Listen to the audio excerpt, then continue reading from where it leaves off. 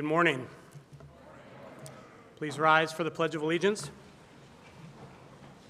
I pledge allegiance to the flag of the United States of America and to the republic for which it stands, one nation, under God, indivisible, with liberty and justice for all. We'll turn things over right away to Nathan for this morning's announcements.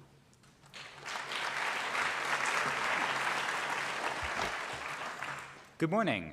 Today is Thursday, September 15th, and it's a Green Day. A reminder that tomorrow will be a variety day to support the Alzheimer's Walk. The cost is $1. Dress down and show your support for this special cause. As a reminder, Variety Day attire does not include pants with holes or rips in them, leggings, or yoga pants. The Intro to Baking classes will have a bake sale after school today in front of the Mayo Library.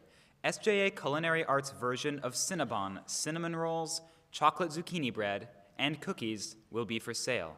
Nothing will be over $2, so bring a couple of bucks and treat yourself. We thank you for your support. Calling all college-bound Hilltoppers, the following colleges have visits today: Bishop's University at 10 a.m. and Clarkson University at 1 p.m. in the Colby Conference Room. Be sure to sign up for their visits on Naviance and to view all details. If you are scheduled to be in class during the time of the visit, please check in with your teacher before coming to the college visit. You are also required to return to class after the completion of the visit, and attendance will be turned in to the main office. Auditions for Academy Theater's fall production of Clue will be today and tomorrow after school from 3:30 to 5:30 p.m. The audition sign-up sheet will be available starting after 3 p.m. today. Please note, you do not have to attend both days of auditions. Callbacks will be scheduled next week. Actors, please prepare a short comedic monologue which does not have to be memorized. More audition info is posted on the Canvas page, and please email Mr. Walker with any questions. Not quite ready to join actors on stage? Ever wondered what is beyond the stage in Fuller? Come and join the Academy Theater Tech Crew. Meet the tech director, Josh Duncan, and learn more in the Stagecraft shop just past the Black Box, starting today at 4 p.m. If you missed the informational meeting regarding the trip to Florence yesterday, please see Mrs. Loader for another informational meeting after school today in the printmaking studio on the 3rd floor of Morse. Writer's Block, the Academy's Creative Writing Club, will meet today at 3:30 in Ranger 110. Bring a pen, some story ideas, and come hang out. We'll be talking about our upcoming writers' retreat to the White Mountains. There will be cookies. Science Olympiad meets today to work on Fermi estimations and waves. Streeter 241, see you there. What is Canada's national board game? Sorry. Want to relax with fellow Hilltoppers after school? Come join the SGA Board Game Club each Thursday at 3:30 p.m. in the library conference room. A reminder that the Meditation Club is not meeting today. We will see you next week. Hola! Join the library in observing Hispanic Heritage Month, which begins today. Not sure how to do this? Read, learn, explore, share, ask questions, make friends, and most importantly, celebrate. Happy birthday today to Caleb Dimmick, Bryce Gordon, and a special happy birthday to Dawson Wilkins from the Smith Advisory. Happy birthday.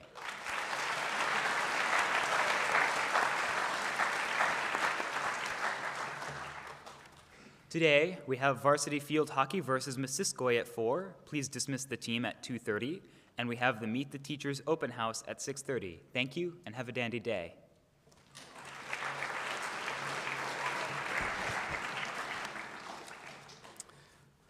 A couple of late announcements. Please join Coach Eckhart and the boys soccer program in congratulating Derek Reno, Britton Shippey, Derek Stratton, and Landon Robinson for being named captains of the JVA boys soccer team. Congratulations.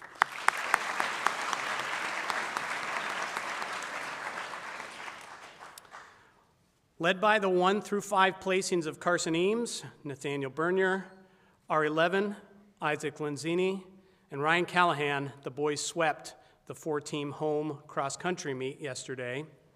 Congratulations to the boys.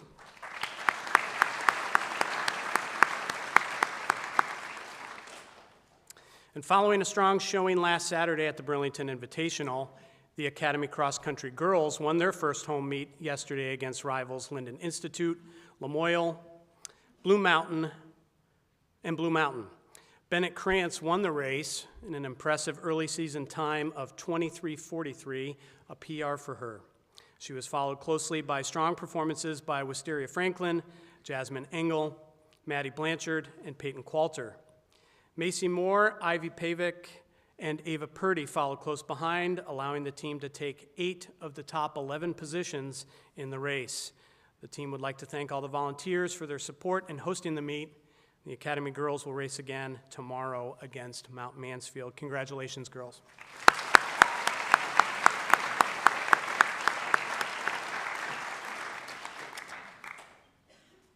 So I spoke to a parent of a current student last week, and that parent had said to me that they checked in with their child and said, hey, how's chapel going? What is it like to be back in since you haven't had in-person chapel? How's it been? Have you enjoyed it?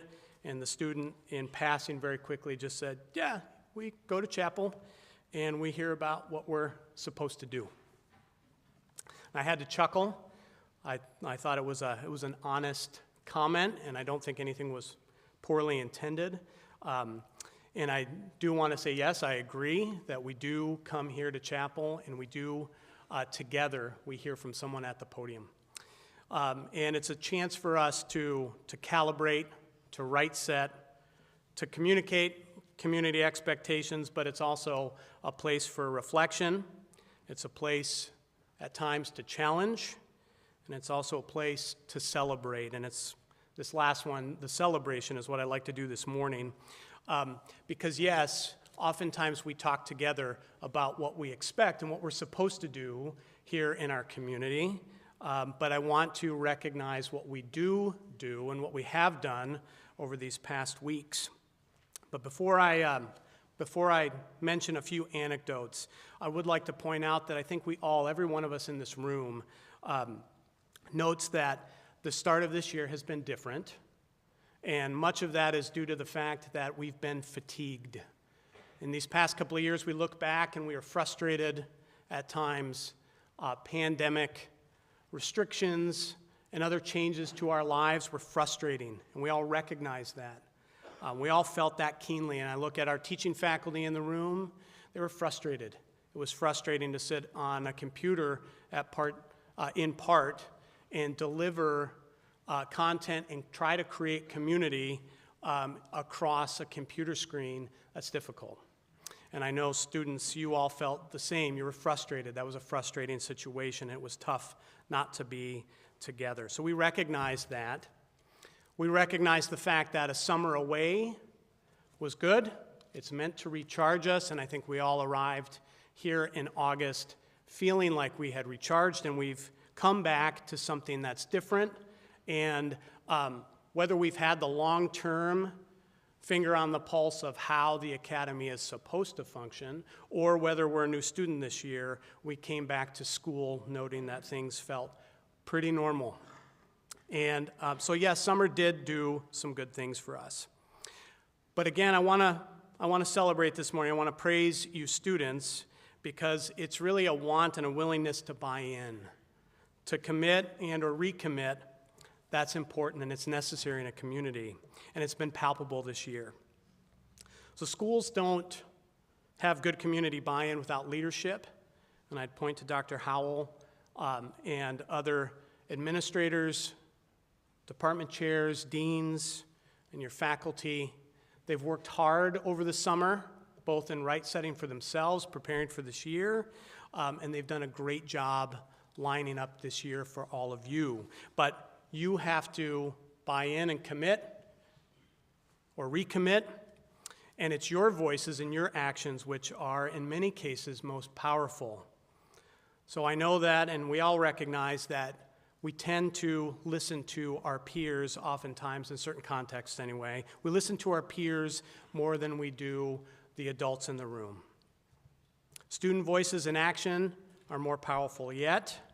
And we've all seen, as adults on this campus, we've all seen some excellent leadership, some by example, some in leading by words, but we've seen excellent ownership, leadership, and agency here on campus.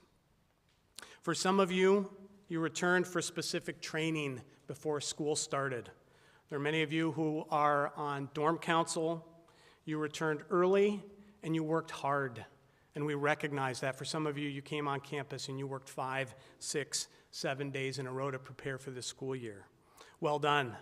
It's paying off. We're seeing great, great community on the dorm side of campus, but just across campus throughout. So thank you for those dorm council members who've put in the time. They believed in what this year could be, and they've helped welcome our new resident students and be leaders on campus. There are others of you who came to school early as well. You joined Hills, right, our leadership summit, and you prepared to welcome our new students, our 9th graders and others.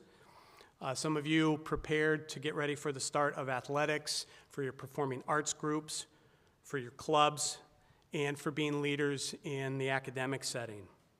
Well done. This has made a difference. And others of you may not have participated in specific training per se, but you've also been leaders, and you've been leaders by example. And again, we know this because we've seen it. And so I'd like to share some of the anecdotes of what we've observed over these last weeks. To start with, I'd like to just say that small things can add up to be really big things.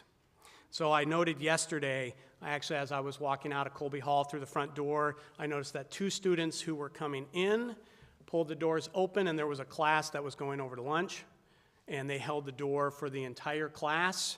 They waited, and then they actually waited and gave me a smile and just continued to hold the door. That's a small thing. It probably took about 15 seconds out of their day, but it makes a big difference. And so just being able to share that, that's a small thing, that's a big thing.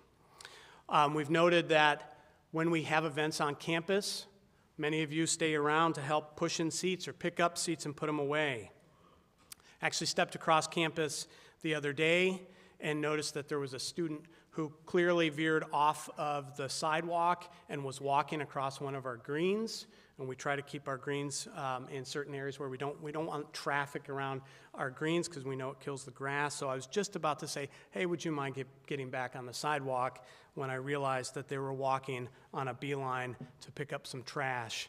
And I stood corrected and thought, hey, that's a small thing. That's really a big thing. Well, some of the incidents on campus, some of the things that you do take more courage, and I want to praise you for that as well. They take initiative. One of our student athletes at practice was witnessed with some teammates, and one of the teammates used language that we wouldn't support on campus, responded to a situation, and a student leader actually took it upon himself to turn and say, hey, we don't use language like that here. We don't talk like that. And again, that takes courage. And it makes us better. It makes our community better when we take that ownership and we ask someone to stand up and be part of what our community expects. So I want to praise you for that. One of you actually came in the other day and decided that you had a goal in the dining hall. And you decided that it was going to be important to connect with 75 people in the dining hall, just because you knew that those connections would be meaningful. And you took 15 minutes out of your day to walk around and check in with people, check in with your classmates and schoolmates and dorm mates, and you chatted with them and checked in with them. Again, 15 minutes out of your day made a real difference on our campus. And so this name I'll mention, Jonathan Kalich, great job. You are doing a fantastic job being a community member. Well done.